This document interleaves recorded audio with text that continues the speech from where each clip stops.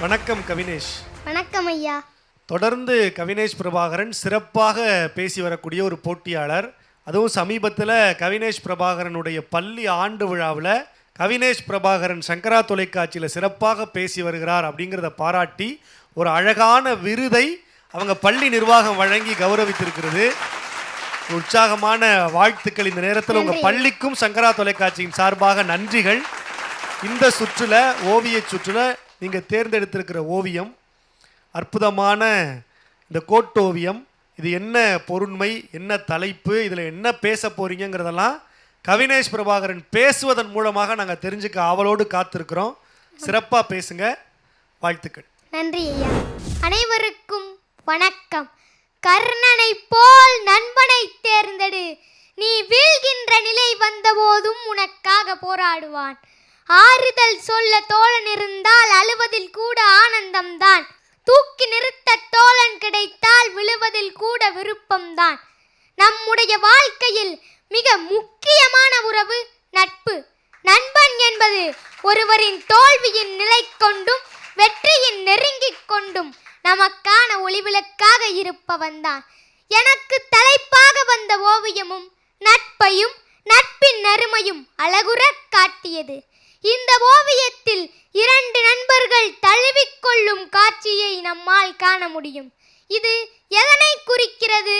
நண்பர்கள் மட்டுமே ஒருவருக்கொருவர் தாங்கி நிற்கும் இந்த உண்மையான உறவை சமுதாயம் நம் மீது போட்டுள்ள கோட்பாடுகளை மீறி அன்பு மற்றும் புரிதலின் மையமான நட்பு திகழ்வதை மகாகவி பாரதியார் கூறியது போல, உலகம் வளர நம் உறவை வளர்ப்போம், உலகம் முளைக்க நம் நட்பை மலர்ப்போம் என கூறுகிறார்.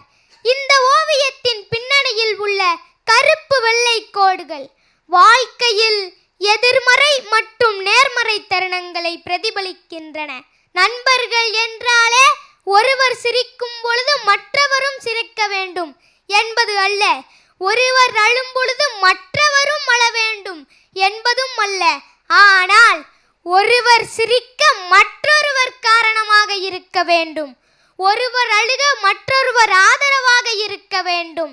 திருவள்ளுவர் கூறியது போல, உட்பகை நீக்கிய குடினர் சுற்றம் வெட்பகை நீக்கிய நட்பு. நட்பு என்பது அகமும் புறமும் உண்மையாக இருக்க வேண்டும்.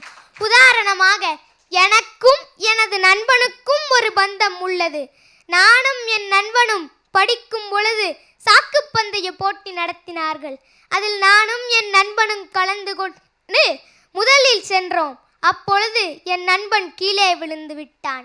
அச்சமயம் நான் சென்று இருக்கலாம், ஆனால் நான் அதை செய்யவில்லை. என் நண்பனை தூக்கிவிட்டு வாடா நண்பா செல்வோம் என இலக்கை அடைந்து முதலிடம் பிடித்தோம். அது என்னையும் எனது நண்பனையும் மகிழ்ச்சி அடைய செய்தது. இது கூட நட்புத்தானே. சமுதாயத்தில் ஒரு மாற்றம் வேண்டுமென்றால் அதற்கான முதல் அடிக்கல் உண்மையான நட்பு. நட்பு என்பது உங்களை உயர்த்தி நிறுத்தும். அப்துல் கலாம் கூறியது போல, நண்பர்கள் என்பது வாழ்க்கையில் சிறந்த முதலீடு, அவர்கள் உங்களை உயர்த்தி நிறுத்துவார்கள் என கூறுகிறார். இந்த ஓவியத்தை பார்க்கும் அனைவரின் மனதிலும் தன்னுடைய உற்ற நண்பனின் நினைவுகள் அசை போடும் அல்லவா? தன்னுடைய உற்ற நண்பனின் நினைவுகளை நினைத்து மகிழ்ச்சி அடைவீர்கள் என்ற நம்பிக்கையுடன் எனது உரையை முடிக்கின்றேன். நன்றி, வணக்கம்.